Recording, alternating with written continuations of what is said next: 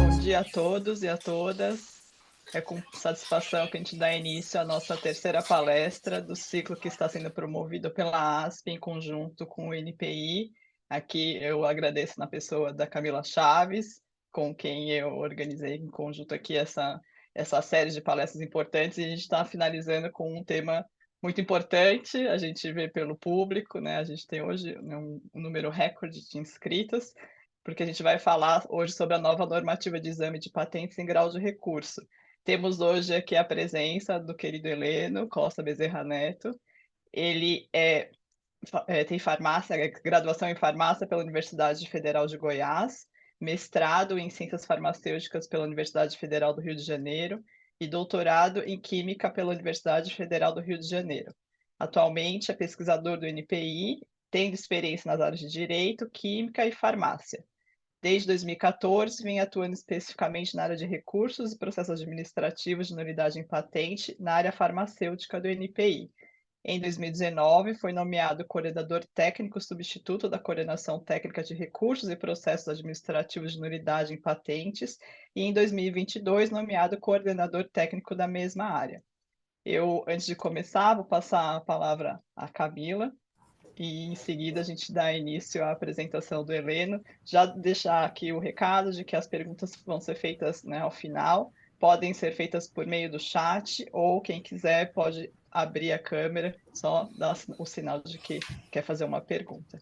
Muito obrigada, Camila. Bom dia a todos. Obrigada, Tânia. Obrigada pela parceria. Como ela falou, hoje é a última palestra de um ciclo de 3 palestras que nós organizamos. Eu queria agradecer ao Heleno pela disponibilidade de dar essa palestra, por ter aceitado, né, a nossa solicitação.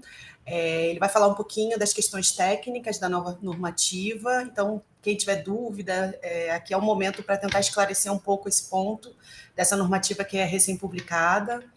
E desejo a todos um bom evento. E vamos lá, Heleno, boa palestra. Olá, bom dia a todos. Para mim é um prazer enorme estar aqui com vocês. Eu sei que o tema é caro a todos. A intenção nossa é tentar esclarecer como é que vai ser daqui em diante, né? Eu não sei se minha apresentação já está sendo vista. Tá aí. Para mim ainda não apareceu. Agora sim. Bom, como já foi apresentado, então, no momento eu estou coordenando a área de recursos. Fiquei depois no lugar da Leila, né, que ficou durante muito tempo na área, coordenando os recursos na área de patentes, e agora passou o bastão para mim nesse momento. Pode prosseguir. Então, só para vocês se guiarem na apresentação, eu fiz um sumário, são 3 pontos principais que a gente vai abordar na apresentação. Eu, assim, não devo gastar de 30 a 40 minutos, porque eu acho que o mais importante serão as perguntas. Eu sei que muita gente está com bastante dúvida. Então, a primeira parte a gente deve focar um pouco em mostrar o cenário da segunda instância no momento e por que as mudanças estão sendo necessárias. Depois a gente tem os principais conceitos que são desenvolvidos naquela série de pareceres da Procuradoria, né, que limitaram, de certa forma, o nosso conceito da aplicação do devolutivo pleno. para vocês entenderem porque a normativa que vai ser usada do INPI para examinar os recursos de patentes, elas vão ter esses limites. E, por fim, a nossa proposta de procedimento, já digo que é uma proposta, o cerne da questão vai ser mantido, mas alguns detalhes ainda precisam ser apurados, tá? Pode passar, por favor. Então, o cenário atual, pode passar, por favor. Então, a gente faz um mapeamento, todo mês a gente atualiza essa lista, mas eu só estou apresentando para vocês 2023, porque agora a gente está tendo um refluxo dessa mudança que está acontecendo. Então, esse é o nosso cenário de 2023, o que foi feito. Então, esse aí é o número de entrada e descontado das saídas, né? Então, a gente está vendo que está começando uma queda. Essa parece ser uma queda, mas ela não é tão pronunciada. Se a gente fizer o cálculo aí, a gente vai levar quase 100 anos para acabar com o backlog de recursos. Então, é a nossa realidade no momento. Pode passar, por favor. Bom, antes de mais nada, eu preciso apresentar a minha equipe, porque assim, eu tenho um grande prazer de trabalhar com esse pessoal, porque para mim, são a nata de PI, das várias áreas que tem no INPI. Aí tem as fotinhas de cada um, e vocês já devem conhecer dos pareceres. E para mostrar também que a segunda instância, infelizmente, não tem todos os examinadores suficientes para cobrir todas as áreas. No momento, a gente está com 21 examinadores, me incluindo. O coordenador geral de recursos é o Gerson, né? Quem trabalha com marcas tem mais familiaridade com ele. No momento, eu sou o coordenador técnico e a Rosana Morim é a coordenadora substituta. Então, isso aí é só para vocês terem. Inclusive, esses dados estão retirados do relatório que a gente tem feito anualmente para mostrar como é que está a situação do recurso e que está disponível na página da segunda instância. Pode prosseguir. Bom, a gente tem aqui esses dados, foram retirados do relatório de 2012 e 2022. A gente está preparando de 2023. Nesse momento, eu não vou conseguir apontar para vocês, mas se vocês observarem ali em 2000 e 2022, a porcentagem de recursos, a penúltima coluna, a gente está vendo um incremento da quantidade de recursos que está acontecendo das decisões. Então, embora os indeferimentos tenham se mantido, se vocês observarem desde 2018, onde começa o projeto, né, da primeira instância para o ataque ao backlog, né, e vai se intensificando, esse número de indeferimentos praticamente se mantém constante, mas o número de recursos, a gente tem um aumento substancial dele, voltando a uma época de 2014, mas com uma realidade diferente. Então, a gente, na verdade, os indeferimentos são mantidos, mas a gente está percebendo um aumento da quantidade de recursos dessa área. Mais informações vocês podem ver no relatório, que a segunda instância prepara, e a gente já vai preparar o de 2023 para vocês olharem. Então, esse é o cenário que tem acontecido em relação à primeira e segunda instância. Valtão, por favor. Pode seguir. Bom, isso aqui é o nosso resultado que a gente apurou em 2023. Esse daqui é um spoiler para vocês, tá? Então, a parte vermelha é os nossos recursos que ainda não foram examinados. Então, o nosso montante começa, né? O nosso grande atraso está entre 2020 até o momento atual. A gente tem esse lastro aí. E assim, eu até tive que calcular isso ontem, porque o SPTO perguntou isso, eu nunca parei para ver isso. O número de provimentos, né, se eu isolar, né, significa as decisões de segunda instância que reformam o que foi dado pela primeira instância. Tem por volta de 42%, uma média de toda a primeira instância. E a manutenção de 68%. Inclusive, é até menor do que os dados que o SPTO tinha compartilhado comigo, é bem próximo da Europa. Eu não tenho esse dado exatamente, mas eu ouvi rumores de pergunta em conversa. No Japão, essa porcentagem de reforma é de 80%. Se vocês olharem no relatório, vocês vão ver cada uma das áreas técnicas, como é que acontece, e aí você tem os comportamentos bem típicos das áreas e que aí a gente pode perceber. Por exemplo, de ALP, fármacos e tal, são as áreas que mais recorrem, também tem uma porcentagem maior de reformas, porque eles vêm de uma realidade PCT, né? O usuário já sabe o que está acontecendo no exterior, ele é impelido aí para uma segunda instância devido porque ele já tem um resultado positivo em outros lugares. Então, ele vai manter. Então, você vê essas explicações. A área que a gente menos tem recurso é a de multi, que é uma área de bastante nacional, né? Que geralmente não vem de um PCT. E a gente tem essa inversão quando a gente vai falar de PAN. Mas aí são características das áreas nacionais. Tá? Pode prosseguir, por favor. Bom, agora vamos entrar. Então, isso tudo foi para falar para você o seguinte: a gente está com um mundo desafiador na segunda instância, a gente tem recebido, em média, 2.000 recursos por ano. Nossa capacidade instalada são de 20 examinadores, que a gente consegue fazer quase exatamente a quantidade de recursos que entra, se não menos, porque a mão de obra não é só para fazer exame, né? A gente tem que fazer ações judiciais, os examinadores precisam de treinamento, então essa capacidade é flutuante, mas a nossa capacidade tem sido essa e com o auxílio também da diretoria de patentes, principalmente nas áreas que não, a segunda instância não tem examinadores. Pode passar. Então, aqui os conceitos que foram colocados pelos pareceres da Procuradoria. Acho que essa lição eu aprendi com a Leila. Eu acho que a gente sempre tem que ler em mente a LPI.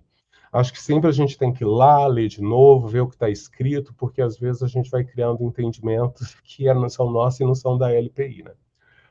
Então, a LPI deixa muito claro que os recursos, né, no artigo 212, é ali que vai falar sobre o conceito de devolutivo pleno na LPI. E no que couber, e no parágrafo primeiro, o efeito suspensivo e o efeito devolutivo. Com isso em mente, diante da realidade que a gente está tendo na segunda instância, em que muitos pedidos estão trazendo recursos que muitas vezes a gente percebe que são recursos que poderiam ter sido resolvidos na primeira instância de alguma forma, ou questões que assim, é um conjunto, é difícil falar de quem é ou quem não é a culpa, mas a gente precisa limitar um pouco, porque a segunda instância estava começando a ficar muito porosa. Então, com isso, foi feita uma consulta à Procuradoria sobre o que era o limite desse devolutivo pleno de verdade, né? Então, próximo, isso. Então, foram uma série de 4 pareceres da Procuradoria, o 016, o 17, o 18, o 19 e, por fim, o 03. Então, esses pareceres, resumidamente, não sei se todos tiveram o prazer de lê-los, eles são difíceis, né, porque eles são pareceres bastante jurídicos, né, para a área técnica, os examinadores, às vezes, têm muita dificuldade de entender, mas esses pareceres, se vocês lerem conceitualmente, o que eles vão limitar? Eles têm 2 grandes limites. Um é a preclusão administrativa, que praticamente a segunda instância não a aplicava, e o outro conceito seria o princípio da pluralidade de instâncias, que uma coisa que acontecia é que a segunda instância muitas vezes entrava no papel de primeira instância para continuar esse exame técnico. A gente percebia que a segunda instância muitas vezes tinha que assumir um papel de primeira instância para terminar esse exame. Pode prosseguir.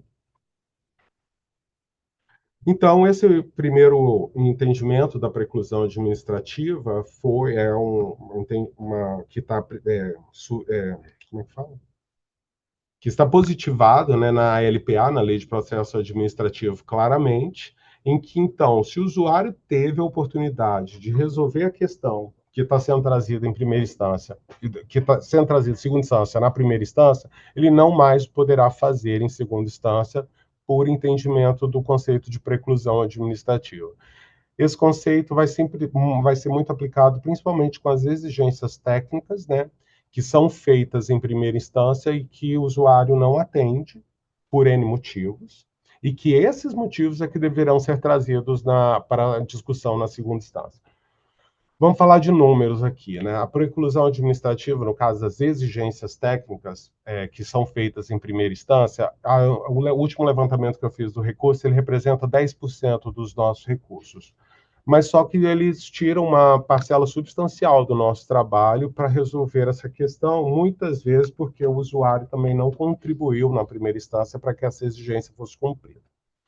Então, se vocês olharem a normativa, né, a resolução 010, essa parte da preclusão, ela está sendo tocada lá no item 6.5. Então, se o usuário teve a oportunidade de cumprir essa exigência, na segunda instância, ele não deve simplesmente trazer o cumprimento dessa exigência. Porque às vezes, eu estava até olhando alguns recursos, né, olhando antes de distribuir para os examinadores, eu vi que os usuários, quem é escritório aqui sabe muito bem, né? Não quer mais discutir, cansei de discutir e vou cumprir então o que falaram, embora não concorde, começa assim, embora não concorde, cumprirei as exigências e tal. Então a gente, não, então o usuário vai ter que trazer os motivos de não concordar, e é isso que a gente quer examinar em relação às exigências. Depois eu vou falar para vocês das disposições transitórias desse ponto, mas nesse momento é bom que se entenda. A preclusão vai acontecer na segunda instância, uma exigência não foi cumprida em primeira instância, a segunda instância vai ter que examinar as questões de preclusão. E aí, obviamente, a segunda instância vai determinar se houve ou não uma preclusão nos itens que a gente colocou no item 6.5, se eu não me engano, lá que vai falar, né? Que a gente vai avaliar se a exigência de fato foi necessária, se a exigência não era maior do que o necessário, se dava para entender a exigência. Essas questões ainda vão ser avaliadas e a gente espera que os usuários tragam elas no recurso. Tá? Então, essa questão da preclusão ela é aplicada, mas também tem a questão da gente estabelecer que há uma preclusão. E no caso das exigências, a gente tem duas preclusões, né? Uma preclusão temporal, que a própria LPI já determina, e que se o usuário não cumprir, não vira o processo é arquivado definitivamente, nem cabe recurso. Mas quando o usuário vem e não cumpre adequadamente, vai caber recurso, mas a questão que vai ser avaliada é essa, como eu adiantei para vocês. Pode passar para o outro ponto.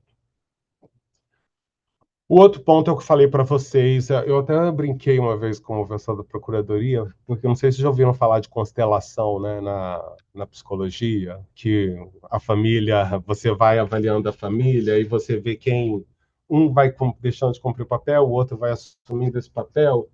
E o que a gente foi vendo com o tempo é que a segunda instância, e aí eu, como segunda instância, reconheço isso, a gente foi cada vez mais avançando dentro do trabalho da primeira instância.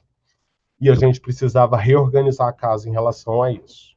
A gente, então, os pareceres da Procuradoria colocaram em grau de entendimento máximo o princípio da pluralidade de instâncias. Então, a gente reorganizou o procedimento de forma que, basicamente, o que alterou é o seguinte: a marca chama de novo indeferimento, a gente chama de ciência em fase de recurso, ela deixa de existir.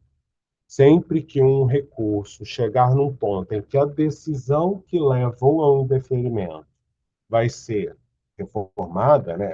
No caso, provido, o recurso vai ser provido, e se a gente perceber que existem questões que deveriam ser tratadas ainda, não será a segunda instância que fará isso.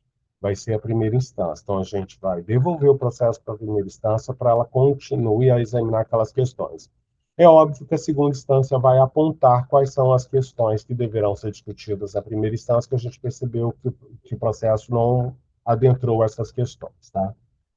Esse modelo é muito similar ao que acontece na Europa, né? Eu acho que os usuários, quem tem usuários internacionais, eles já são, de certa forma, eles conhecem esse tipo de trabalho da segunda instância. Então, a gente espera que, pelo menos, as ciências que deverão ser devolvidas para a primeira instância examinar aquele caso. A Procuradoria trouxe à baila na discussão dos pareceres a aplicação da teoria da causa madura, sempre que a segunda instância avaliar que o recurso, né, já tratou tudo, já foi dar o provimento, a segunda instância vai avaliar se ainda existem questões. Se ela entender que não existem mais questões, aplica-se a teoria da causa madura, então o recurso vai ser dado provimento e a decisão vai ser reformada com a consequente concessão da carta patente. Então, a gente vai ter duas modalidades de provimento, né? Um provimento para reformar, que é o que existe atualmente, o despacho 100, e um provimento para retornar para a primeira instância. Eu tinha elencado as principais questões que deverão causar a devolução para a primeira instância, né?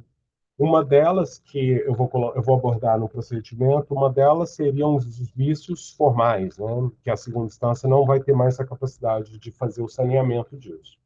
uma petição que não foi observada, um artigo 32 que o quadro que foi examinado possui artigo 32, a gente detecta isso na segunda instância, que são questões, na verdade, nem são formais, são questões prejudiciais ao exame do recurso. Né?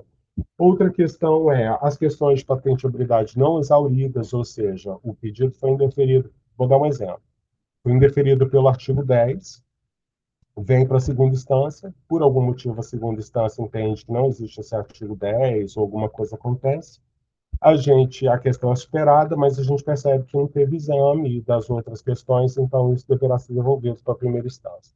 Outra questão é a própria a busca, né? A busca foi feita naquela realidade, quando chega na segunda instância, a gente vê que aqueles documentos não são tão mais adequados para aquilo, mas a gente percebe que existem outros documentos que deveriam ser discutidos. A gente vai retornar indicando os documentos.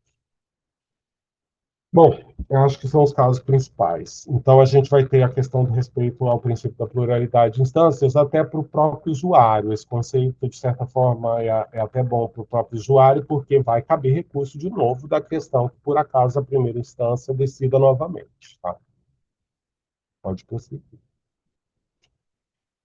Por fim, a nossa proposta. Eu falei para vocês que não ia ser muito demorado. A proposta do procedimento, pode passar. Acho que aqui tem algumas questões que eu acho que vão ser mais claras para ver. Eu acho que ninguém está vendo nada, né? Porque nem eu estou vendo. Mas isso aqui é só para vocês verem o mapa. Isso aí, olha, foi uma contribuição valorosa. A minha equipe toda ajudou isso a ajudar.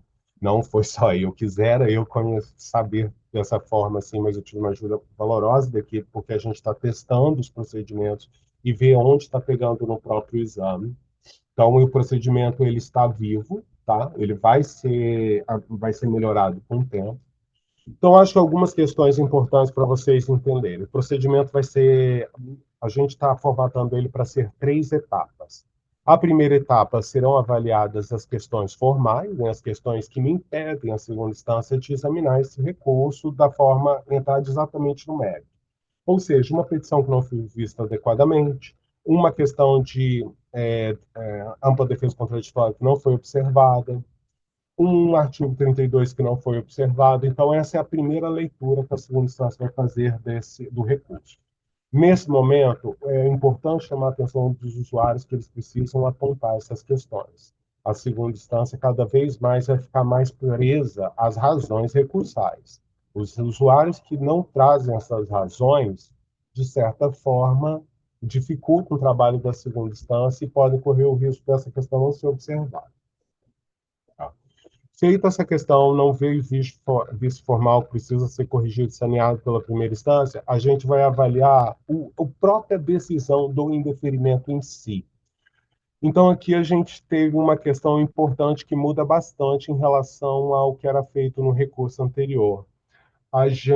O foco o quadro principal do exame do recurso será o quadro do indeferimento, tá?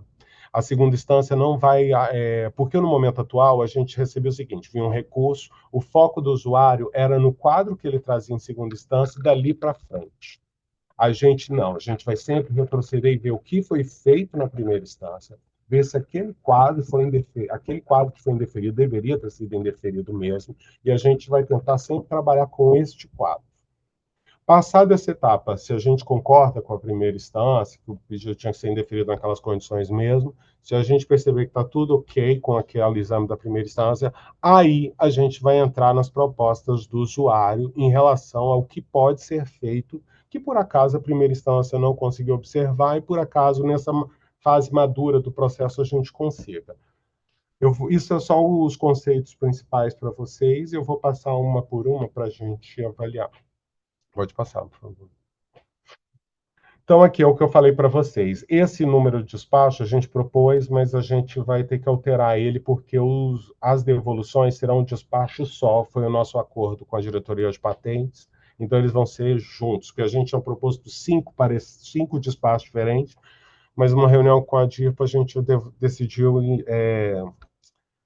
como se diz, simplificar e colocar apenas serão 3 despachos, né? Uma manutenção de indeferimento, continua o 111, e o provimento, que era o 100, vai virar 2 despachos, um provimento para reformar e um provimento para devolver para a primeira instância.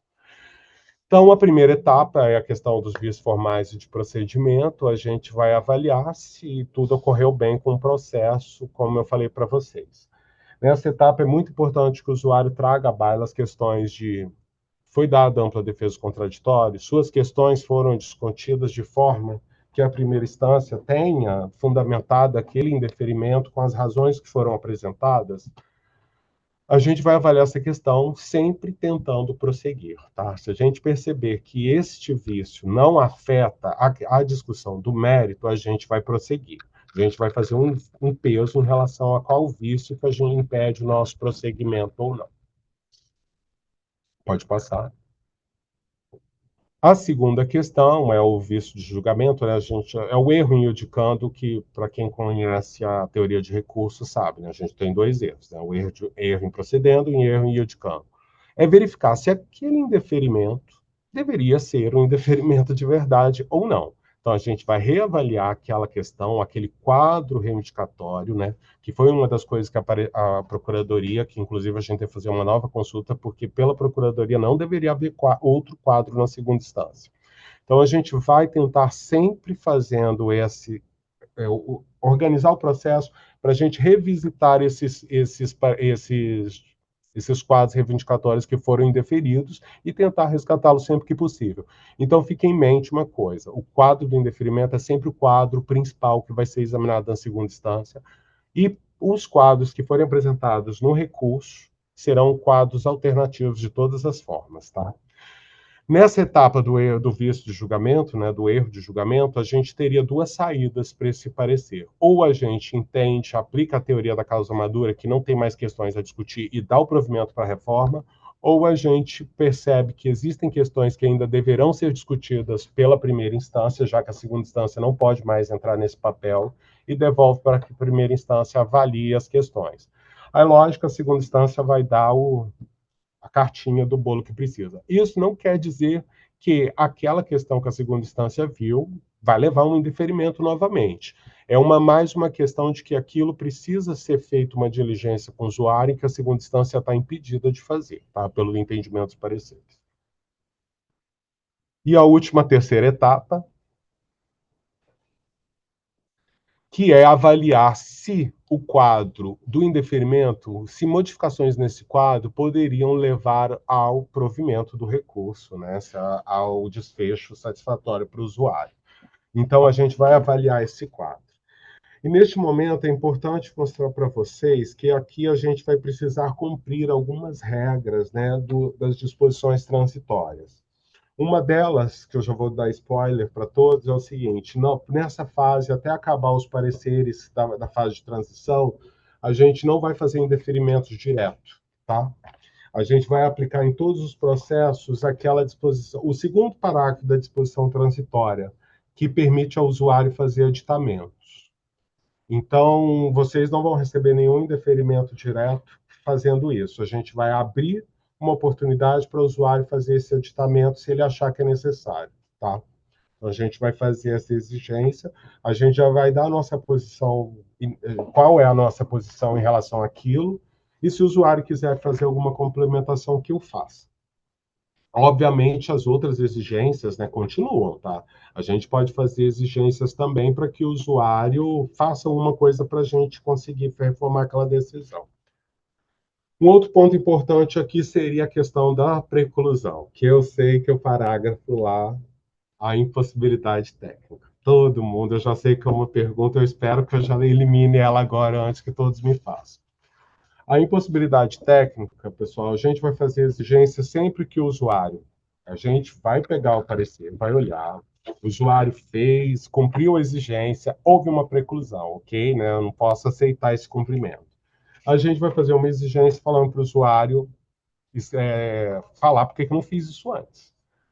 E aí eu sei que a resposta de vocês vai ser falar que a regra mudou, não se aplicava a preclusão administrativa dessa forma, e coloquem. Mas eu queria deixar claro para vocês que vocês não precisam ficar com esse quadro que vocês estão cumprindo a exigência. Eu tenho visto vários pareceres, várias exigências em que eu vejo que o usuário ele pode continuar discutindo a questão da exigência.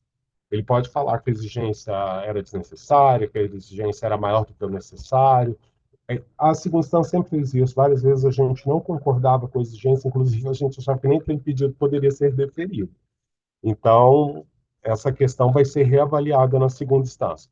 É importante que a gente só vai dar essa impossibilidade técnica enquanto perdurar essa disposição transitória, tá? Então, a gente vai fazer um alerta para o usuário, olha, teve uma preclusão aqui. A gente quer que você fale qual a sua impossibilidade técnica, a gente vai aceitar essa desculpa, mas enquanto perdurar. Tem um efeito educativo para os usuários entenderem que preclusão vai ser aplicada de forma forte agora na segunda instância. E nessa baila também as limitações do item 6.4 em relação ao quadro reivindicatório. Eu acho que a questão que mais muda ali naquele item 6.4 são as restrições do quadro que advêm do relatório, né? E o outro é mudança de natureza em fase de recurso, que se não for arguída na primeira instância, a segunda instância não vai acatar. Todas essas questões, neste momento, estarão sob o guarda-chuva da impossibilidade técnica. Então, a gente vai chamar a atenção para o usuário que aquilo aconteceu e que ele fale por que deixou isso acontecer. E a resposta, como eu disse para vocês, é que naquele momento ele trabalhava com uma regra que não estava sendo aplicada dessa forma. Eu acho que é um dos pontos principais. Então, essa exigência que está aparecendo no dado, a gente está mostrando que ela vai acontecer até acabar essa fase transitória. Essa fase 3 vai ser sempre tentar ir além do que a primeira instância foi, com a ajuda do usuário. Se o usuário apresentar modificações, a gente vai avaliar se essas modificações contornam ou não as objeções apontadas em primeira instância. Tá bom?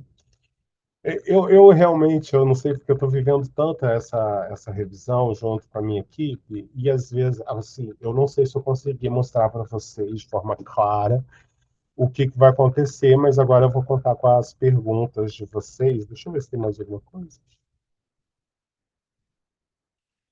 Aqui eu fiz um resumo do que está mudando, né?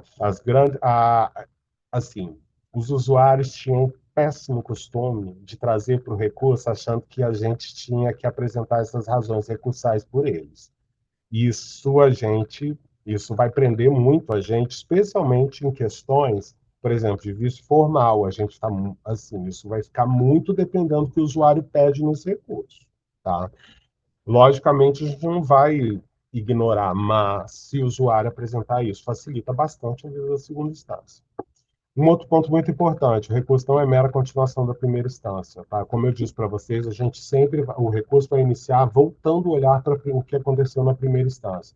A gente estava com o olhar voltado muito para o que o usuário faria dali para frente. Isso estava dando um papel de primeira instância para segunda instância. Isso mudou. A questão da preclusão, né, que eu já falei para vocês. A questão dos quadros. O quadro reivindicatório do indeferimento é sempre o quadro principal. E o quadro reivindicatório proposto no recurso é sempre alternativo. E as questões das disposições transitórias, que eu acho que eu expliquei para todos vocês. E agora vamos para as perguntas, que eu já estou vendo gente com a mão levantada. Posso já perguntar? Muito, Eu fui o primeiro aqui a muito levantar a mão, obrigada, não? Helena. Só um minuto, Mark. Claro. Só para finalizar aqui, eu agradeço o Heleno, parabenizo aí pela palestra. Acho que esse quadro resumo foi importante para sumarizar, acho que os pontos principais. Mas eu não vou tomar muito tempo, porque eu sei que as pessoas estão com bastante dúvida já. Então, abro a palavra a você, Mark, para fazer a primeira pergunta ao Heleno. As primeiras perguntas, né? São tantas dúvidas. Leno, muito obrigado aí pela sua explicação. Realmente, a gente que é da área de patente vai ter que entender um pouquinho melhor como é que vai funcionar na prática os casos em segunda instância. Eu acho que temos muitas dúvidas que talvez sejam esclarecidas ao longo do tempo, né? Uhum. Mas eu fiz algumas perguntinhas aqui que eu queria saber quando o caso volta para a primeira instância, ela volta necessariamente para o mesmo examinador, é um outro examinador? Como é que vai ser isso na prática? Bom, isso aí é uma questão que não compete à segunda instância, mas, pelo que eu sei, deve voltar para o mesmo examinador, tá? Uhum. Pelo menos é a intenção, mas eu não posso te afirmar porque eu não sou a minha competência, eu não sou responsável pela primeira instância, tá? Tudo bem. E agora, que você citou agora há pouco, quando a matéria está no relatório descritivo, verifica-se na segunda instância que tem uma nova técnica anterior muito relevante, Como é que funciona isso? Isso volta para a primeira instância também? Ou vai ter a possibilidade na segunda instância de se trazer essa matéria para o quadro indicatório? Que é um ponto que está lá bastante obscuro para mim. Quando você tem nova técnica anterior citada na segunda instância. A segunda instância não vai citar a nova técnica anterior, vai Não estar vai só. mais. Acabou ciência em segunda instância. Ah, Então, tudo que a gente fazia de ciência acabou.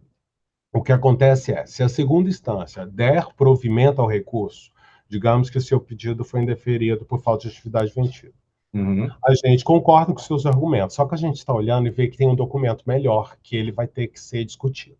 A gente vai apontar ele no nosso provimento e devolver para a primeira instância fazer essa discussão com o usuário.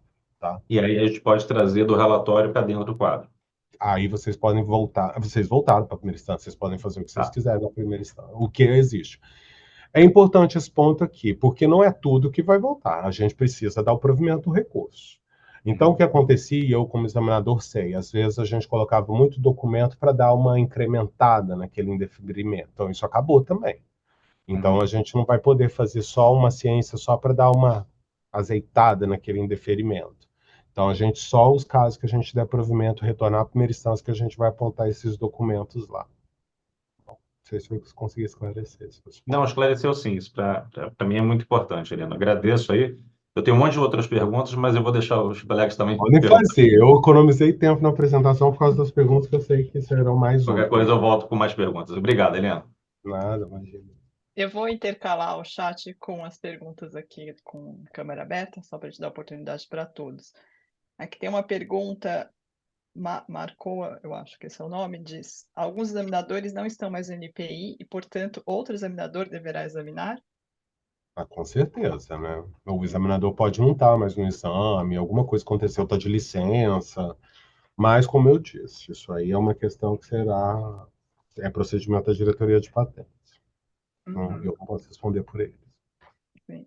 Rafaela, você quer fazer a pergunta? Tá mudo, Rafael. Engraçado. A gente Me não ouve? te ouve. Agora estou ouvindo, Rafaela, tudo bem? Agora, Me aí, ouve? isso. Oi, obrigada, bom dia a todos. Obrigada, Helena, aí pela apresentação. Como o Mark bem colocou, acho que a gente vai esclarecendo muitas dúvidas aí ao longo do novo processo, né? Tem uma lista aqui de perguntas também, mas eu vou, acho que, escolher algumas aqui. O Mark, acho que levantou uma questão boa aí sobre essa questão da devolução. Você falou que vai ter um novo despacho, mas então isso não vai resultar no cancelamento do 9.2? Como que isso vai acontecer? Não sei se vocês já pensaram Então, nisso. esse despacho vai anular, esse despacho devolvendo para a primeira instância, na verdade, ele anula o 9.2 e reabre a primeira instância, tá? Entendi. Ótimo. E aí, uma outra questão, né? E aí eu vou até sair um pouquinho assim dessa parte de emenda, né?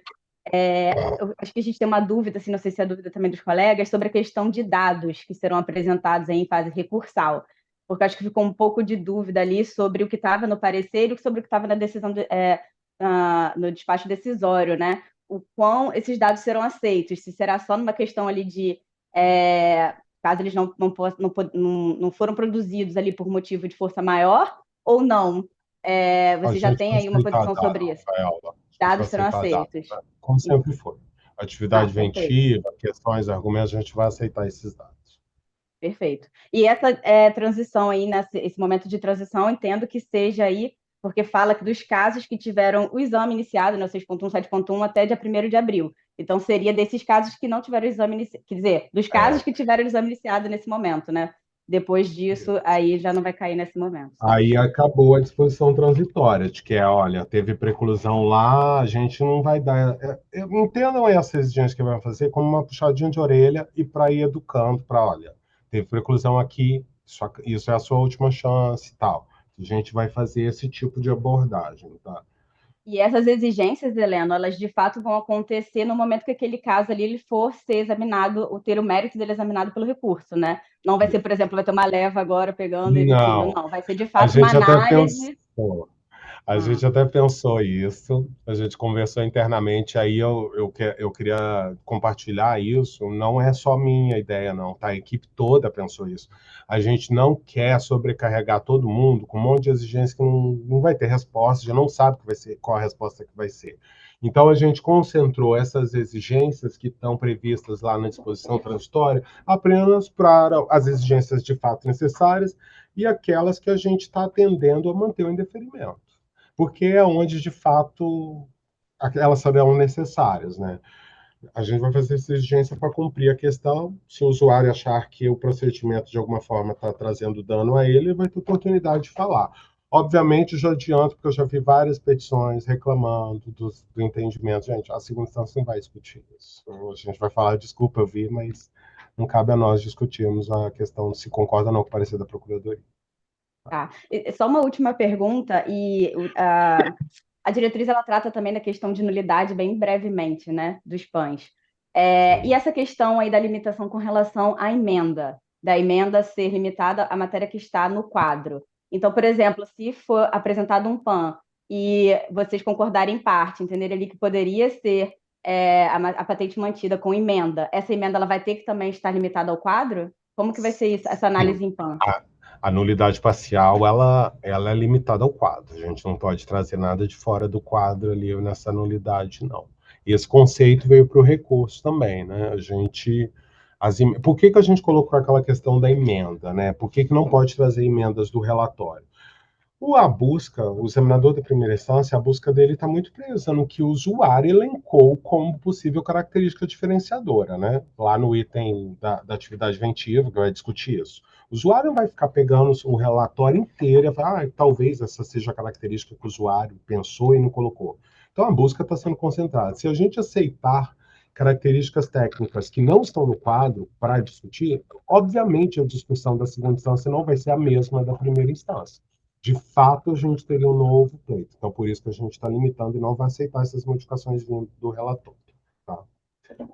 Obrigada. Isso é uma Helena, parte obrigada. importante, porque os usuários têm que fazer um quadro reivindicatório prevendo essas possibilidades. É por isso que existem reivindicações dependentes. Né?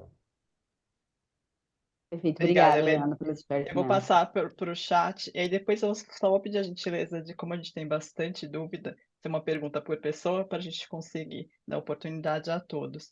Aqui no chat, a pergunta da Kátia Ferreira. Heleno, bom dia. Argumentos apresentados em contra-razões ao recurso, com novas anterioridades, serão avaliados pela segunda instância ou serão imediatamente devolvidos para a primeira instância? Kátia, bem interessante sua pergunta. Foi uma questão e a gente já dirimiu ela o seguinte, Kátia, a gente vai avaliar se essas contrarrazões, de fato, a segunda instância vê relevância nelas. Né? A gente não vai devolver só porque teve uma contrarrazão. Se a gente, por acaso, for reformar, eu estou falando a palavra errada o tempo todo. Se a gente for dar provimento a este recurso e a gente, olhando a contrarrazão, verifica que ela é relevante, precisa entrar em diligência com o usuário, a gente vai encaminhar para que a primeira instância faça isso. A segunda instância não pode fazer, tá? Mas eu te adianto, Kátia, que a maior parte das contrarrazões, que já são poucas, muito pouca coisa a gente aproveita. Os usuários ainda estão muito incipientes na questão do uso das contrarrazões. É uma questão de até a gente ver o que a gente pode melhorar em relação a isso. Mas, de toda forma, o conceito é esse, Kátia. A segunda instância não pode entrar em diligência com o usuário. A segunda instância só vai avaliar, primeiro, se vai dar provimento, e se ela der provimento, ver que aqueles argumentos que foram trazidos, argumentos que vão além do que a primeira instância falou, né? Se aqueles argumentos precisam ser discutidos na primeira instância, a gente vai fazer esse apontamento para que a primeira instância avalie aquilo também, tá bom? Eu não sei se eu consegui te esclarecer. Não, foi super claro. Até só emendando nessa questão da devolução para a primeira instância, eu acho que seria interessante esclarecer para todos o limite do exame da primeira instância. Uma matéria vai ser só essa matéria direcionada pela segunda instância, ou se há possibilidade de revisão de todo o questionamento. A gente vai indicar o quadro que a segunda instância avaliou. Dali é o futuro que a primeira instância vai olhar, tá? Aí é com a primeira instância o que ela vai aceitar ou não, mas a gente vai indicar, olha, lê esse quadro deve ser provido, esse quadro, essa discussão vale para este quadro reivindicatório, mas que a primeira instância deveria continuar a avaliação em relação àquilo, tá? Tá ótimo. Vou passar a palavra para o Miguel,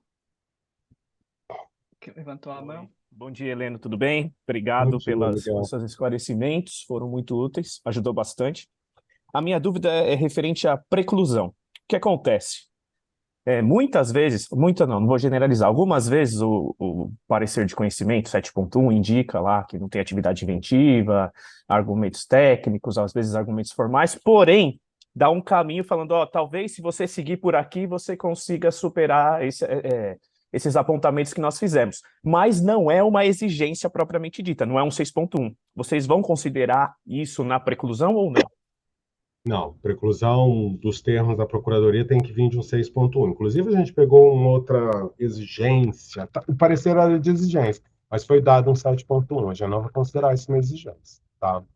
Porque Perfeito. não tem força de exigência, até porque o 6.1 leva um arquivamento definitivo, 7.1 não. Ele tem que estar na forma de exigência categoricamente, não tem que ter dúvida disso, que a gente não vai fazer essa discussão na segunda instância, não. Perfeito, muito obrigado. Obrigada, Heleno. Aqui no chat tem uma segunda pergunta da Kátia, mas eu vou fazer uma pergunta aqui da Mayumi Honda. Depois a gente volta na pergunta da Kátia. Bom dia a todos. Considere um pedido de patente que tenha quadro principal e auxiliares. O pedido foi indeferido. Qual quadro será considerado como base para emendas de acordo com o parecer 19? Se um pedido é indeferido por dupla proteção, muitas vezes as emendas para retirar a sobreposição requerem emendas que não estão de acordo com o parecer 19. Como o NPI vai proceder nesses casos? Acho que depois é uma outra pergunta. Vamos lá. São várias perguntas. Exato, estou vendo aqui. Esses casos, assim, é fora do caso concreto. É difícil, mas eu vou ter algumas. Vamos ver aqui. Bom, por mais que tenha quadros auxiliares na primeira instância, a primeira instância decidiu um quadro para indeferir, tá? A gente vai seguir com aquele quadro, tá? O usuário, tá, se um pedido foi indeferido, aí eu respondi isso, né?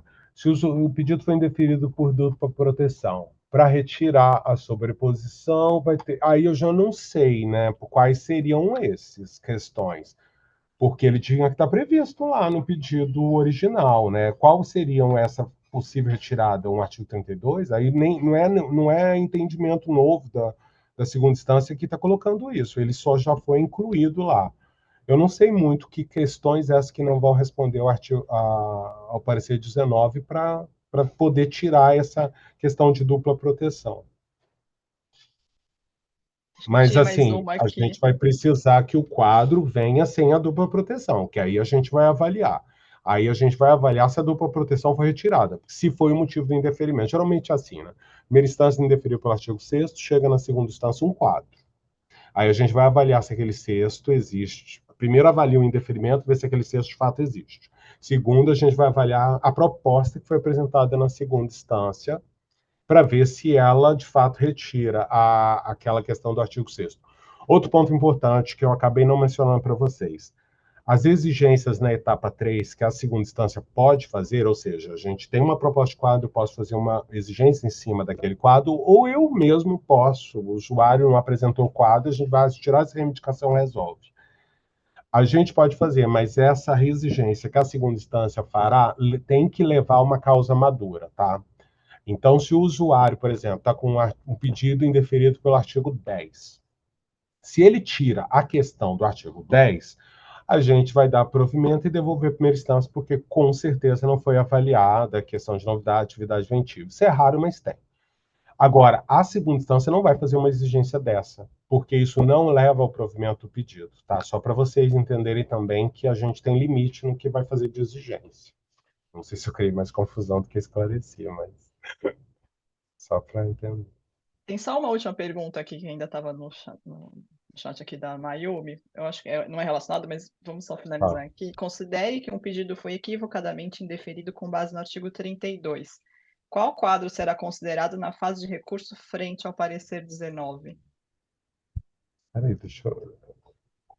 A Mayumi. Tô tentando... Mas é a... Ah, tá.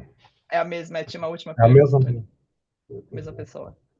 Foi equivocadamente indeferido com base na... Qual será? Então, a gente, se equivocadamente, a segunda instância vai fazer o exame e ver que não tinha 32.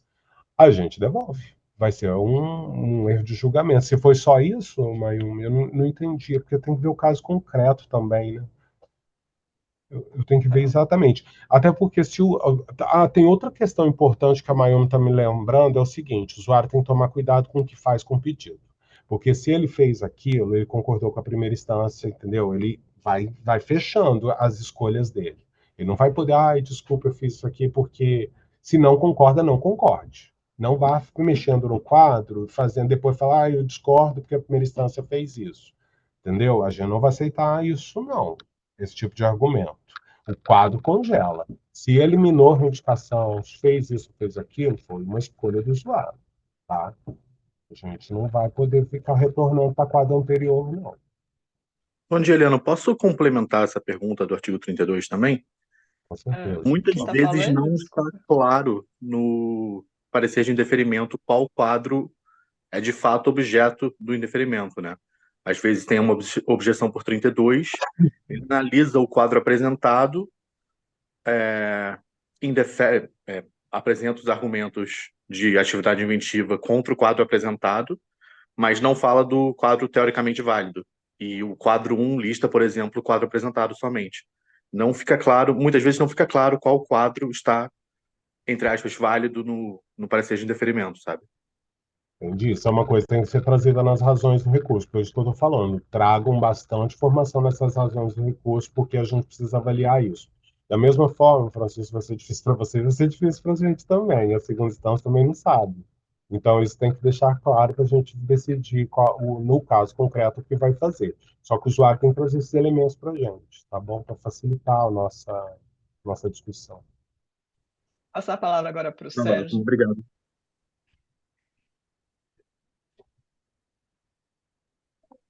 Bom dia, muito obrigado pela Bom dia. apresentação, Helena. Eu queria, se eu puder abusar, fazer duas perguntinhas. Tá? Primeiro, eu queria saber o seguinte: a questão dos vícios formais e do retorno para a primeira instância. Caso aconteça alguma coisa durante o exame, corre o risco da gente ter mais do que um retorno à primeira instância, virar um ciclo de recurso e Eu, retorno à primeira instância? Você sabe E que eu até, quando a gente foi fazer esse procedimento é claramente inspirado num procedimento europeu que tem um entendimento mais próximo. É uma preocupação deles também e é uma preocupação nossa, entendeu? A gente vai tentar monitorar para isso não acontecer, mas o risco existe, não adianta eu fingir que não. Mas eu espero que seja muito raro ou não aconteça. eu queria fazer uma segunda perguntinha. Considerando um caso que ele tenha sido indeferido e durante a fase de recurso ele tenha sido reformado, se é apresentado um processo de nulidade, a primeira instância ela foi exaurida, caso aconteça de aparecer uma nova anterioridade, ou corre o risco de, no processo de nulidade, retornar de novo para a primeira instância, para que seja avaliado? Nulidade, Sérgio, tem nada a ver com isso aqui, tá? Nulidade não volta para a primeira instância. Nulidade Nulidade tem não uma volta. carta, não. Nulidade tem uma carta patente concedida, o INPI tem que decidir se acata ou não o requerimento do PAN. É diferente, tá? O recurso, o processo ainda não tem patente aí, tá? Então aqui tem essa discussão para amadurecer tudo em relação a recurso. PAN continua do jeito que sempre foi, né? Eu tenho uma carta patente. O requerente do PAN vem e fala, olha, INPI, você considerou uma patente de forma equivocada. E avalia o meu argumento. Então, ali a gente só vai trabalhar com aquilo ali. E aí a segunda instância decide se dá Mesmo que apareça um documento novo que não foi É o que avaliado. normalmente acontece na nulidade, né? A nulidade bem arguída, ela traz um documento que é a primeira instância, que ninguém viu. E aí ela tem que ver se aquele documento de fato der força para essa nulidade, a gente vai declarar nula a patente e acabou. Muito obrigado. Aqui a pergunta do chat é uma segunda pergunta da Caixa que ela tinha feito. Se o depositante não concordar com a exigência e manifestar isso expressando ao não cumprir a exigência, afasta-se a preclusão ou é entendimento do NPI de que se opera a preclusão nesse caso pelo não cumprimento? O usuário, lógico, se ele não cumpriu alguma exigência, não cumpriu por algum motivo, né? Eu espero. Agora, isso não afasta, não. Se a gente olhar no recurso e concordar com a exigência, não afastou a preclusão, não. Entendeu? O usuário tem que dar motivos de não cumprir e a gente tem que concordar com esses motivos. Tá certo. Que são os motivos que estão no item 6.5. Não sei se eu consigo esclarecer. deixar a Úrsula responder, porque eu estou vendo a mãozinha dela levantada faz tempo. Passar para ela. Ela levantou agora. Tudo bem, Helena? Não sei se me Tudo ouve. bem. Sim. Primeiro, obrigada pela super apresentação. Acho que para a gente foi super esclarecedor em vários pontos, né? A gente que vinha batendo uma certa cabeça aí com relação a essas regras todas agora E para mim uma conclusão é clara, a gente vai ter que, na verdade, reaprender a trabalhar a primeira instância. Porque mais do que a segunda instância, a gente vai ter que reaprender a trabalhar a primeira instância para começar a jogar esse jogo novo. Eu fiquei com uma dúvida quando você fala que a segunda instância vai enviar esses pedidos de volta para a primeira instância com uma recomendação. Ou seja, olhamos, achamos que o indeferimento, na verdade, não coube, houve de fato um vício, houve uma questão, e isso vai voltar para a primeira instância com uma recomendação da segunda instância. E aí, acho que foi até a pergunta do Sérgio, que você falou que é possível que haja esse ciclo, porque assim, vai voltar para a mão do mesmo examinador. Eu quero entender uma coisa, esse examinador ele tem alguma obrigação de acatar essa recomendação? Ou isso é apenas uma recomendação e ele pode, assim mesmo, manter a decisão dele, que a gente sabe que às vezes é divergente da decisão da primeira com a decisão da segunda. Então, eu não sei se vocês pensaram em algum tipo eu não sei nem se pode, na verdade. Aí é uma pergunta legítima. Eu não sei se a primeira instância ela tem a obrigação de acatar isso. Como é que vai funcionar isso, Helena? Então, eu depois que respondi o Sérgio, eu vi que faltou esclarecer isso. Acho que... Então, Úrsula e Sérgio, a gente tem o artigo 215. A decisão do recurso final é recorrível, ou seja, a gente forma coisa julgada administrativa. O usuário da primeira instância não vai poder mexer naquele ponto que a segunda instância deu provimento, tá? Se a gente, por exemplo, afastou D1 não pode ser usado mais para discutir atividade ventiva. Se a primeira instância se a gente está devolvendo, é porque a gente quer continuar a discussão. A gente pode falar, olha, combine D1 com tal documento, ou use este documento. Aquela decisão, da forma como foi feita, a primeira instância não pode mexer mais, porque foi uma coisa julgada que está prevista no artigo 215 da LPI. Tá bom? Isso fecha um pouco, Sérgio. Na hora que você me perguntou, eu não entendi muito bem o que você estava querendo dizer, mas agora, como você está falando, eu entendi a pergunta. Porque da forma como você falou, eu falei, gente, mas vai ficar uma coisa meio esquizofrênica. Vai e volta, assim. Se os dois resolverem bater pé, a gente não chega a lugar nenhum. Tá, eu até ótimo. Conversei com o pessoal, né? Eu falei, é uma prerrogativa da primeira instância poder errar. A segunda instância não vai poder errar. Então, a gente vai ter que ter muito cuidado para a segunda instância evitar alguma coisa, para evitar que fique aquela coisa, mas eu não concordo, porque a gente não vai poder mudar essa decisão. Então, a gente está trabalhando internamente para diminuir ao máximo a possibilidade disso acontecer. Mais uma vez acontecido, aquilo vai ficar. Entendeu? Tá ótimo. O artigo 215 da LPI fala isso. Obrigada, Helena. A gente tem aqui a pergunta da Natália Berni. Ela pergunta, uma vez remetido o processo à primeira instância, se é se entender em uma reanálise que o pedido deve ser indeferido, este segundo indeferimento será definitivo ou o processo na segunda instância reinicia com a primeira etapa? Não, se o usuário, assim, aquilo devolve para a primeira instância pode decidir indeferir novamente com outros motivos, e desses outros motivos vai caber recurso novamente, tá? Não tem previsão na LPI para isso. Não pode caber recurso, é do recurso. O Breno também faz uma pergunta, Breno Souza. Heleno, considerando que a lei fala de efeito devolutivo pleno e suspensivo, a criação de um novo quadro válido do recurso não iria de encontro com esses efeitos definidos em lei para o recurso?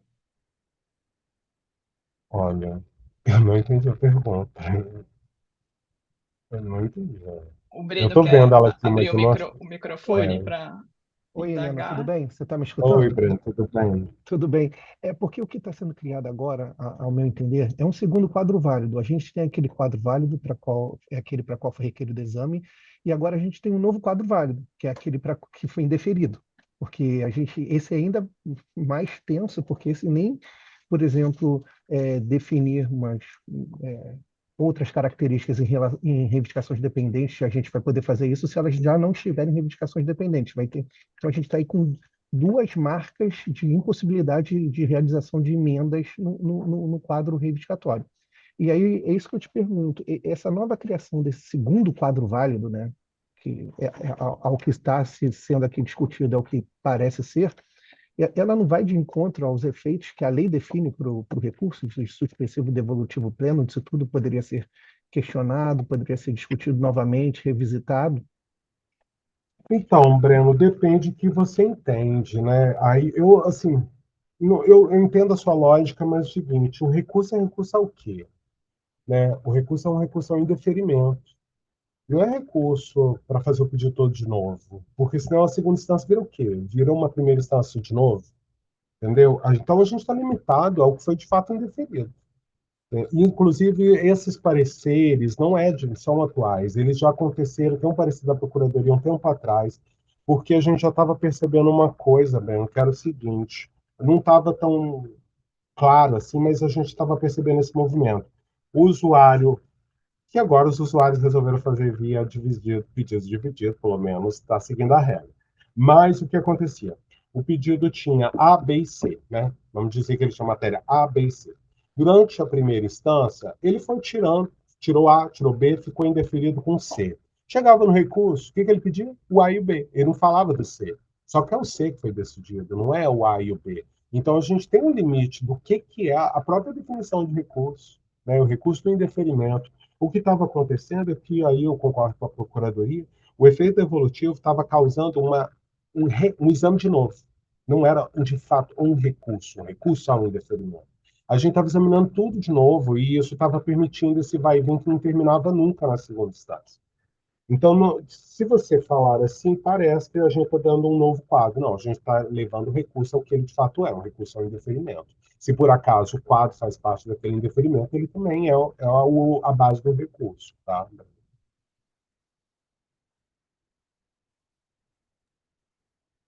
Acho que o Breno não quer adicionar alguma coisa, Não, Breno? obrigado, não. Valeu, Eu obrigado pela sei que resposta. assim é a questão polêmica dos pareceres, eu sei. Exatamente, é porque, na verdade, a gente tem um parecer 19 em vigor, que vai muito de encontro ao parecer 10, que também está em vigor. Então, a gente tem várias coisas conflitantes, até aquele outro parecer em que vocês próprios do recurso esclarecem fatos de aceitação de dados experimentais, que a Rafaela falou no exame. Então, a gente, de fato, a gente está com muita coisa que está, ao meu ver, se contradizendo em vigor dentro do NPI nesse exato momento. Então, fora todas essas questões do efeito devolutivo, pleno e do suspensivo, que já é objeto de discussão dentro do NPI com os usuários há muito tempo. Então, parece que, a meu ver, a insegurança jurídica, administrativa aqui está um pouco mais elevada do que o normal. Mas eu não tenho muito o que fazer, Não, tem que ver o que vai acontecer com isso. eu super te entendo, Breno, mas assim, a minha função é colocar aqueles pareceres no mundo real. Né?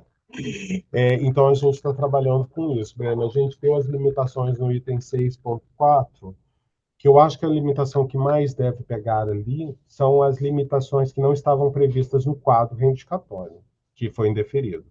A outra coisa é que, assim, os usuários já fazem isso, mas eles têm que tomar mais cautela. O que eles decidirem fazer com o quadro vai perdurar. Então, se abandona uma matéria que acha, vamos parar com a discussão na primeira instância, abandona aquilo, a segunda não vai poder resgatar aquilo. Acho que tem um amadurecimento dos dois lados do que vai ser feito agora, tá, Breno? Agora eu concordo com você que é uma questão que é para isso que existe o judiciário, né, para a gente entrar em um acordo sobre isso, nos obrigar a entrar em acordo. Não, perfeito. Muito obrigado, Eliana. Sim. A Letícia Kelly Ramos Andrade fez uma pergunta aqui no chat também. Ela coloca, considerando que o indeferimento foi emitido após manifestação referente ao 7.1, o recurso será endereçado à segunda instância? Letícia, assim, todo recurso endereçado à segunda instância, eu não sei se você está querendo dizer alguma outra coisa aqui. Eu acho que é quando ele não responde ao 7.1. Não, se ele não responde. Tá. Se ele não responde o 7.1, ele vai ser indeferido com base com o que já foi falado. O usuário cabe recurso, tá? Vai caber recurso, só que ele, assim, vai ter limitações do que pode fazer, porque as modificações de quadro ele não fez, né, na primeira instância. Ele vai ser um recurso meio difícil. complicado. A doutora Liane levantou a mão. Não posso passar em branco, né?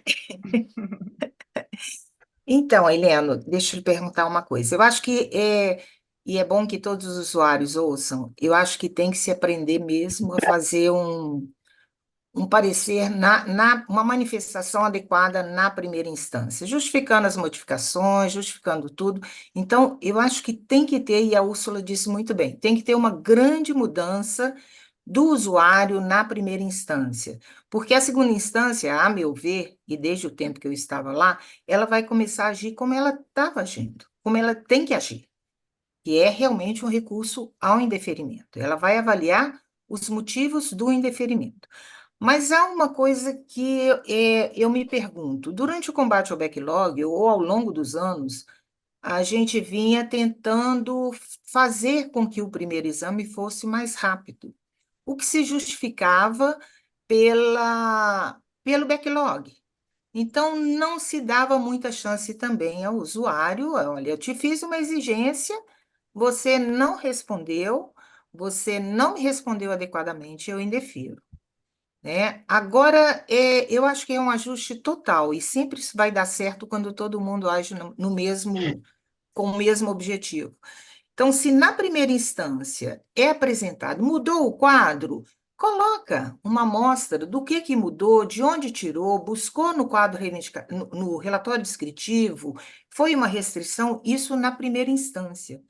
E esta mudança tem que ocorrer, porque no tempo que eu estava lá, eu via cada manifestação, basicamente, de uma prepotência que levava o próprio examinador realmente falando: você não vai cumprir, problema seu. E isso ia para a segunda instância, que tentava fazer um melhor ajuste, porque você, na primeira instância, dava menos chance para discussão. Então, a minha pergunta o usuário fazendo o que ele deve fazer de forma correta, fazendo uma manifestação correta, apresentando o quadro, justificando, é um diálogo técnico, né? Justificando adequadamente. Eu acredito que, havendo esta conversa mais técnica, que a própria primeira instância daria mais uma chance, já que a segunda instância está entrando em uma etapa de restrição, está, na verdade, limitando o que ela estava fazendo mais amplo do que ela fazia, do que poderia fazer. Então, assim, é muito mais uma reflexão do que uma pergunta. Eu acho que, Leandro, eu concordo contigo. A gente entende como é que estava acontecendo, a questão do plano de aceleração, e a segunda instância, muitas vezes isso acomodou vários usuários a usarem a segunda instância, empurrarem o processo para ser resolvido na segunda. E esse devolutivo plano foi sendo usado ao máximo, e a gente ficou com uma sobrecarga que não dá. O usuário tem que tentar discutir isso na primeira instância. Então, a gente está dando essa volta para trás para a gente colocar cada um na sua casinha, porque por mais que a segunda instância queira, a gente não tem capacidade de fazer isso. A gente tem que colocar cada um fazendo o seu papel dentro do processo. Obrigada, Heleno. Uma outra pergunta aqui do chat, a da Aline Ferreira. Considerando essas questões de preclusão e discordância de exigência, não seria prudente regular de forma mais clara questões que envolvam history prosecution estoppel e discordância de exigência?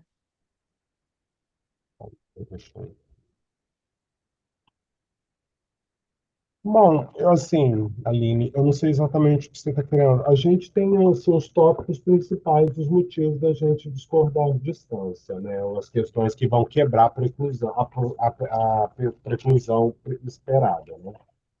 A gente pode achar que a exigência, o usuário, logicamente, vai trazer os argumentos, que a exigência era desnecessária, a restrição ia além do que era necessário, ou a exigência não era clara para o próprio usuário discordar dela, ou a exigência não era clara por que o usuário tinha que fazer. Então, essas questões vão ser avaliadas. Agora, isso aqui abarca essa questão que você está falando. É óbvio que a segunda instância vai motivar, né? É a obrigação da segunda instância motivar qualquer mudança que faz em relação à primeira. Eu acho que, assim, eu não vejo tanta necessidade de uma regulação aqui, porque esse não é o principal problema da segunda instância, tá? Como eu disse, são só 10% dos processos vêm de uma exigência.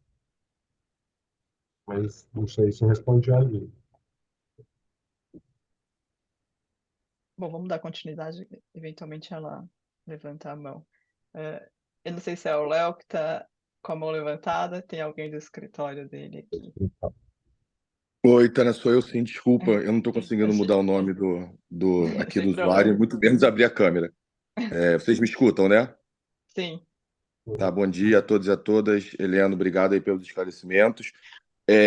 Até pegando um pouco do comentário da Liane e um pouco também do que... Ele fechou o áudio? Ele percebeu que fechou o áudio? Desculpa, eu encostei sem querer. Então, o que eu estava começando a comentar é o seguinte. A gente não está pensando em melhorar a primeira instância ou melhorar a segunda instância, a gente quer melhorar o fluxo do processo de patente no INPI, né? Isso tem dois viés, imagino, seja para alinhar as interpretações das instâncias, o que para mim não necessariamente tem que ser uma razão, e acelerar o fluxo do processo, que realmente não pode a gente fazendo média de primeira instância por departamentos aí do INPI 2, 3, 4 anos, e a segunda instância sendo tratada diferenciada por conta de uma demora. Uma demora legítima, né, por quantidade de processos versus número de examinadores, essa lógica toda que a gente sabe que vocês já apresentaram várias vezes. O que tem que tomar um pouco de cuidado, e a gente veio discutindo bastante isso, né, presencialmente aí com as associações junto com o NPI, é essa lógica de mudou a interpretação. A interpretação estava equivocada há quase 30 anos, né? A LPI ela é assim desde 96, e agora a gente percebeu que interpretava equivocado. O que eu acho que não é isso, né? A gente percebeu, né, o Brasil, através do NPI, percebeu que precisa se melhorar um fluxo por alguma razão de circunstâncias, talvez até mais internas do que externas. Então, eu acho que não é o usuário que tem que se adaptar somente, tá, à mudança. O INPI tem que se adaptar a essa nova lógica. Por isso que a gente batalhou muito para essa retroatividade não acontecer, ser somente dos casos de 1º de abril para frente. Embora isso não esteja tão claro que vai ser assim, parece que vai, né? A gente está percebendo que a ideia é essa. Então, assim, estratégias existem boas e ruins, né? A gente sabe disso. O dividido, você deu o exemplo dessa lógica do dividido, são estratégias que as pessoas vão usar e vão se dar bem, vão se dar mal, vão conseguir, entre aspas, ludibriar o sistema e depois a nulidade vai resolver.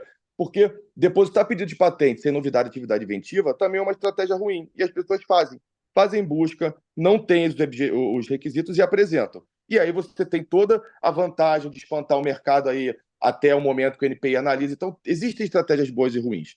Tentar limitar isso fazendo essa mudança, eu acho que não vai ser o caminho.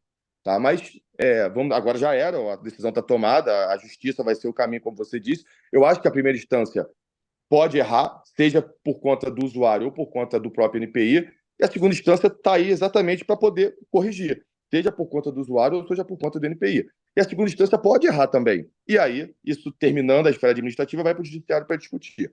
Agora, a minha pergunta prática essa lógica de retornar, gerar um despacho, foi feita uma análise de tempo, de quanto que isso pode acarretar em demora, em retrabalho, de voltar para a primeira instância, para dizer primeira instância, olha, a segunda instância acha que é esse caminho.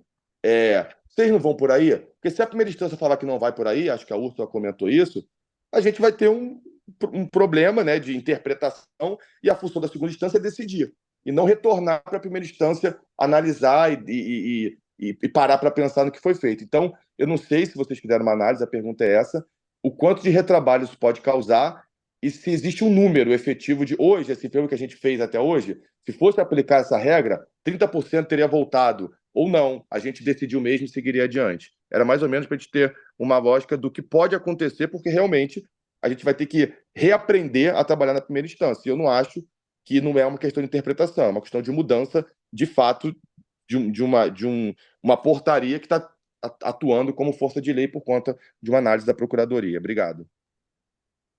Léo, eu vou te responder até porque eu não consigo ficar muito assim. Olha, é algo que nós temos em relação ao que foi decidido. A gente tem uma previsão nossa de retorno para a primeira instância, por incrível que vocês chegaram a fazer o dado, que é mais ou menos isso que bate, 30% deve retornar, que é o número mais ou menos de ciências que tem. Se é melhor ou pior, Léo, assim, é uma questão de que a segunda instância perde tempo valioso da segunda instância para ficar fazendo um reprocessamento do pedido. Então foi o que foi decidido. E aí vai além de mim, né? Eu sou simplesmente coordenador técnico. Acho que é bem importante falar quais são as funções de cada um dentro do NPI. A nossa função aqui da coordenação não é a intenção da gente criar injustiças no sistema. Nossa intenção é sempre fazer o máximo para evitar. Confusão, até porque a gente também não quer que exista esse mal-estar. A gente está tentando fazer o possível para colocar tudo dentro desse balaio e tentar resolver a situação. O processo foi programado para isso, foi desenhado para evitar isso. Mas tem essas questões que você colocou que vão além do que eu posso falar aqui no momento.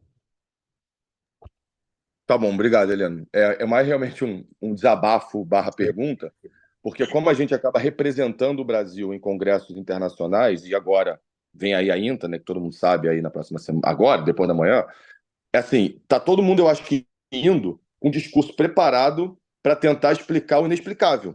Porque não é que não esteja claro, tá claro, tá tudo muito claro qual vai ser agora a regra a partir do 1º de abril. Mas a pergunta é, mas por que mudou? E aí a gente acaba tendo que dar essa volta toda. Eu sei que você, inclusive você, como pessoa lá nas reuniões, foi um dos que mais tentou deixar claro o quanto que isso vinha para melhorar por conta desse tempo despendido na segunda instância. E às vezes por estratégias mesmo utilizadas, e a gente sabe quais são. É empurrar para frente mesmo. E essa lógica ela existe.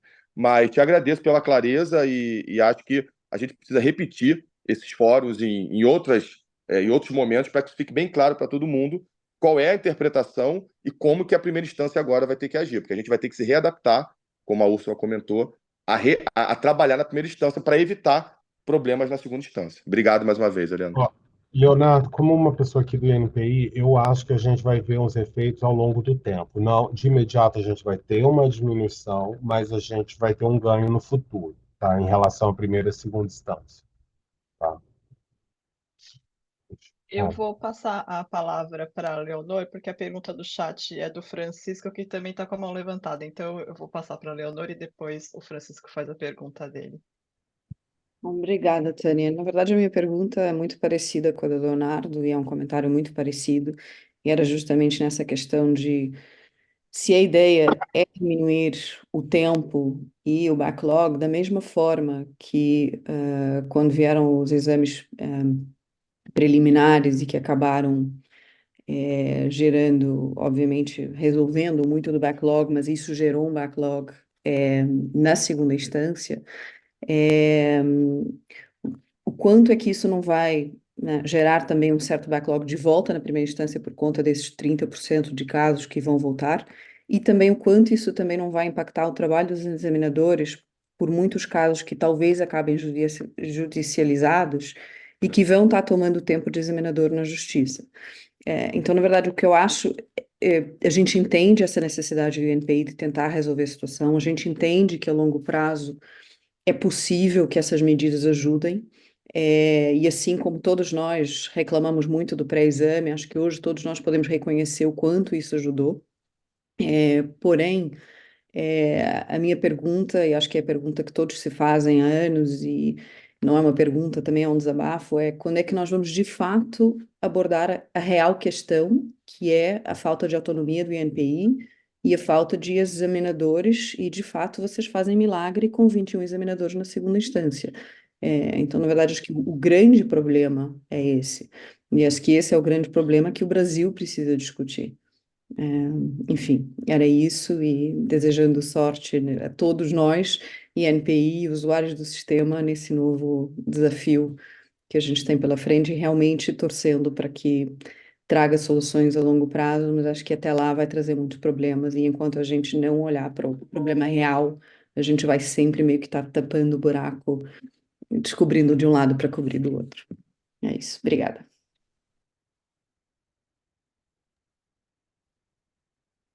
vou passar. Eu não Quer falar tenho que alguma coisa? comentar. O problema de fato do INPI sempre foi o número de servidores, né?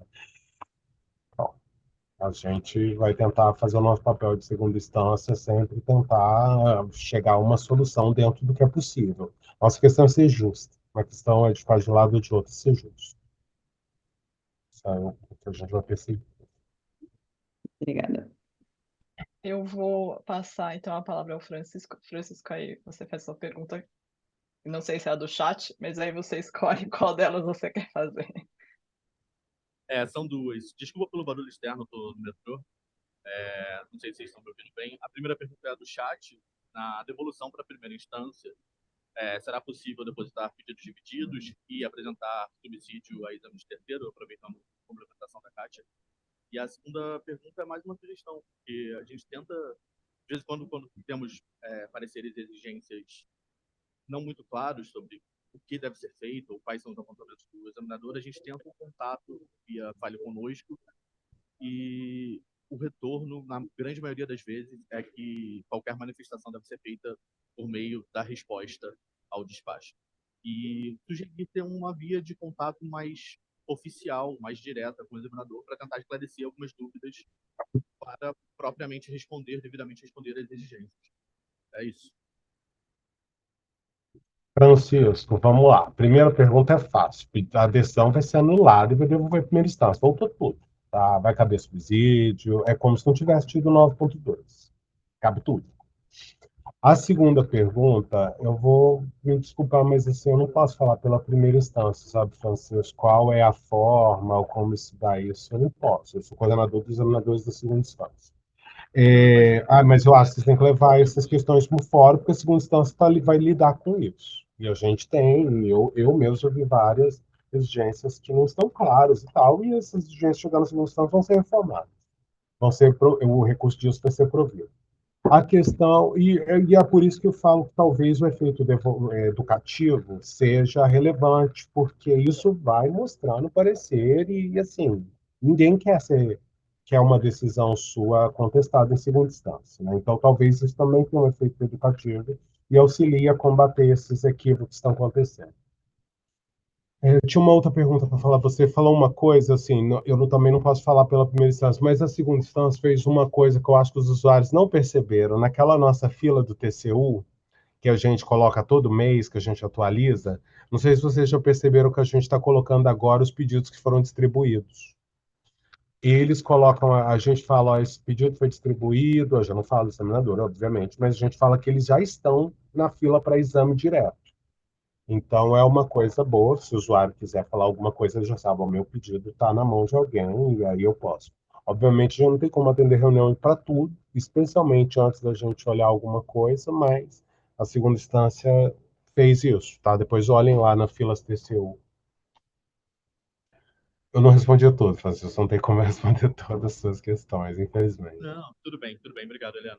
Mas era mais uma sugestão, até para ser encaminhada para a primeira instância, porque é uma dúvida de verdade. Assim, eu posso te dar um spoiler que eu sei que eles já estão pensando exatamente nisso. Tem uma questão em relação às exigências que vão dar uma nova oportunidade, mas eu realmente não posso comprometê-los, né?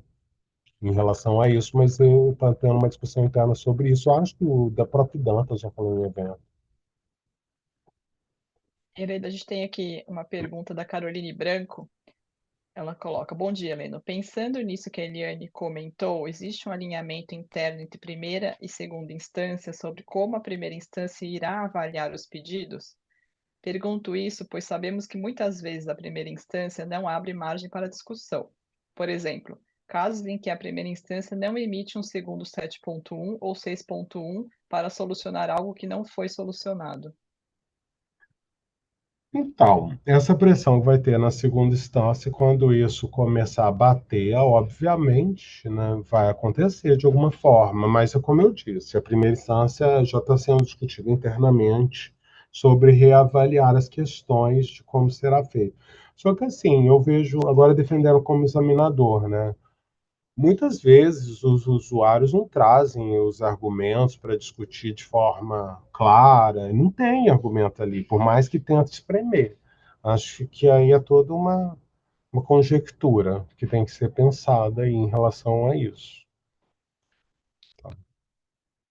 Obrigada, Helena. A gente já está se aproximando aqui do término do nosso evento, mas a gente tem aqui a passar a palavra ao Pedro, que também está aguardando já há algum tempo. Pedro. Oi, bom dia. Vou fazer uma pergunta rápida para não atrapalhar muito. Obrigado, Helena. Minha dúvida é mais objetiva. Você mencionou que, essencialmente, a decisão do recurso, ela vincula o examinador da primeira instância a seguida de acordo com aquela decisão. Isso vai se aplicar só no caso a caso, ou seja, assim, não existe uma espécie de uma jurisprudência que vai se aplicar para o mesmo entendimento para outros casos em paralelo.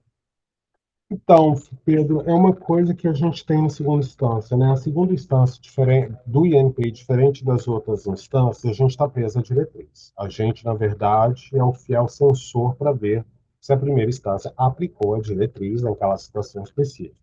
A gente não cria diretriz igual acontece em outros escritórios, né? A gente vai dar um entendimento daquela diretriz. A gente vai ter algumas jurisprudências, alguns casos, mas, basicamente, a segunda instância não vai muito além do que a diretriz tem. Tá? Então, o que eu vejo mais, né, Pedro, em relação ao que eu vejo, pensando no exame de primeira e segunda instância, o que eu vejo é o seguinte: o exame da primeira instância, como ele tem sido um pouco mais veloz, né, o examinador não tem como muito ficar entrando em detalhes da invenção.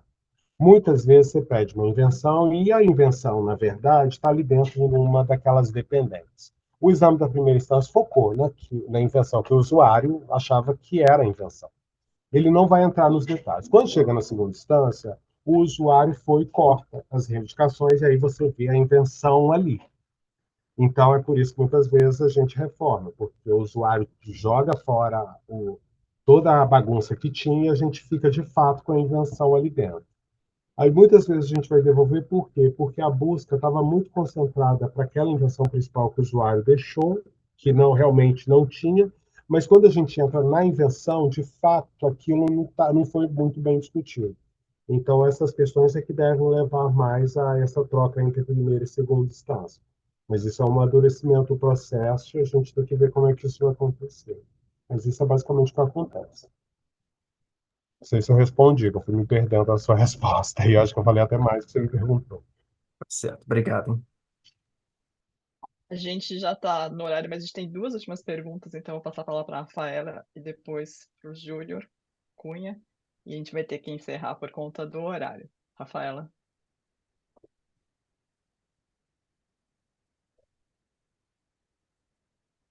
A gente não está te ouvindo.